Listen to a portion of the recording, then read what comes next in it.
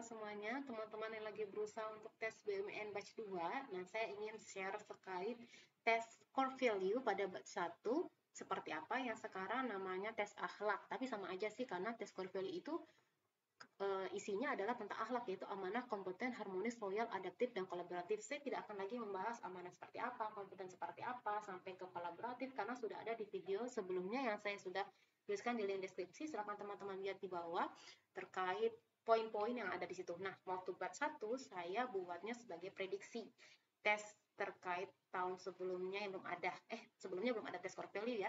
Jadi saya memberikan prediksi berdasarkan gambaran saya soalnya kemungkinan seperti apa. Waktu itu di batch 1 saya belum pernah ada pengalaman tes BUMN tahun-tahun sebelumnya. Jadi saya bilang soalnya mungkin akan seperti studi kasus, ternyata benar dan dia lebih ke arah TKP CPNS. Jadi kalau teman-teman bilang soalnya seperti apa, batch 1 seperti SKD CPNS. Makanya saya waktu mengerjakannya alhamdulillah lancar-lancar saja waktu tes TKD BUMN dan alhamdulillah lulus karena pas di SKD sudah terlatih di situ. Nah, kebetulan juga kalau teman-teman mau tahu bagaimana cara mengerjakan SKD CPNS, banyak-banyak latihan soal, buku link juga sudah saya pernah berikan deskripsinya.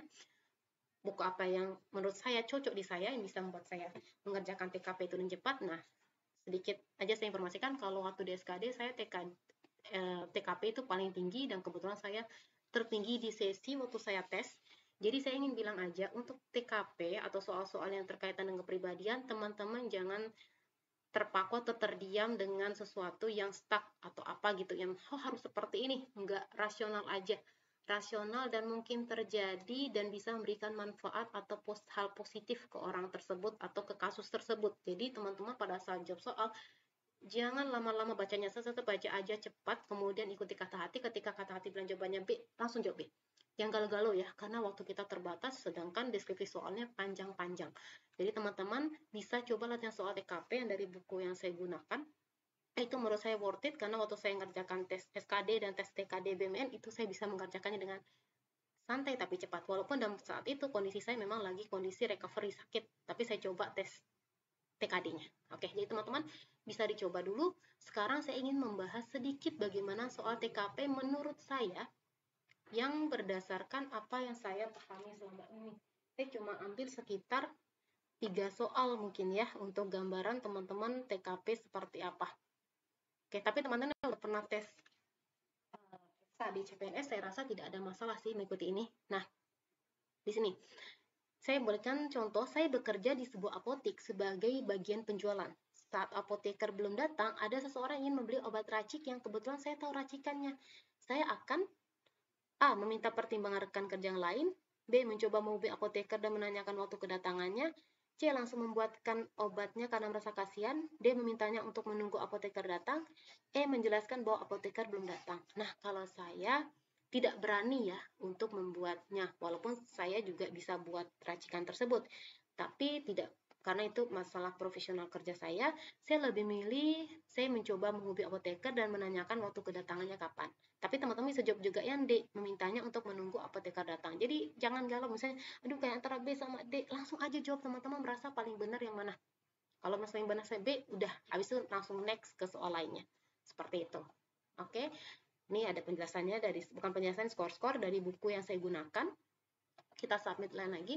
Saya adalah seorang dokter yang membuka praktik di rumah. Suatu hari datang pasien lama saya yang penyakitnya kambuh karena tidak menaati saran-saran yang saya berikan padanya. Yang saya lakukan adalah A. Menanganinya sesuai prosedur yang berlaku, B. Menanganinya sesuai prosedur yang berlaku dan lebih menekankan lagi tentang saran yang harus dilakukannya, tentang saran saya yang harus dilakukannya, C. Menanganinya sesuai prosedur yang berlaku dan menanyakan kenapa tidak menjalankan saran saya sebelumnya, D. Menyarankannya untuk memeriksa diri ke dokter lain. E. Menanganinya dan rasa sebal karena dia tidak memperhatikan saran saya. Nah, kalau saya sih lebih baik B. Menanganinya sesuai prosedur yang berlaku dan lebih menekankan lagi tentang saran yang harus dilakukannya. Jadi, menurut saya kalau cuma menangani aja nanti tidak kita tekankan, lupa lagi. Siapa tahu ya lupa atau dia belum yakin dengan apa yang kita sampaikan, ya kita yakinkan lagi aja. Kalau saya lebih milih yang B ya.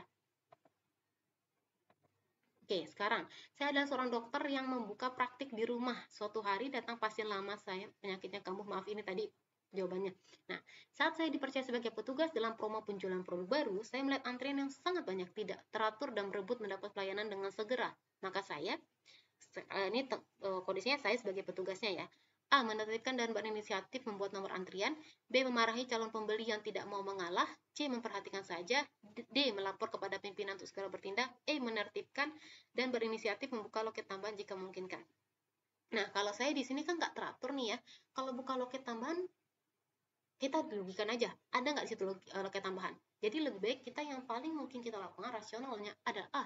Menertibkan dan berinisiatif membuat nomor antrian. Karena kan ini kasusnya tidak teratur ya. Jadi saya lebih milih A. Terserah teman-teman mau jawab apa. Oke, nah jadi seperti itu. Kalau berinisiatif membuka loket tambahan bagus juga sih, makanya skornya 4. Tapi kita lihat kondisi lagi, ada nggak mungkin loket tambahan di situ bisa dibuka. Jadi yang lebih rasional adalah kita membuat nomor antrian, kertas bisa kita siapkan, bisa kita beli atau lain sebagainya ya. Kalau untuk nomor antrian. Nah, jadi itu 3 soal seperti apa cara berpikir saya. Jadi saya lebih memikirkan cepatnya bagaimana, baiknya bagaimana, rasionalnya bagaimana pada saat mengerjakan soal-soal seperti ini. Jadi teman-teman yang butuh dilakukan adalah tenang, fokus, tarik nafas, hembuskan, dan jangan galau. Jangan galau pada saat tes, lanjut saja. Apa yang dijawab itu jangan dipikirkan lagi, terus saja. Karena kenapa waktu terbatas. Oke, jadi begitu aja saran saya teman-teman untuk mengerjakan soal-soal seperti ini. Semoga untuk core value tahun ini juga seperti TKP, jadi teman-teman bisa belajar dari SKD CPNS. Semangat dan semoga berhasil di batch 2 ini. Wassalamualaikum warahmatullahi wabarakatuh.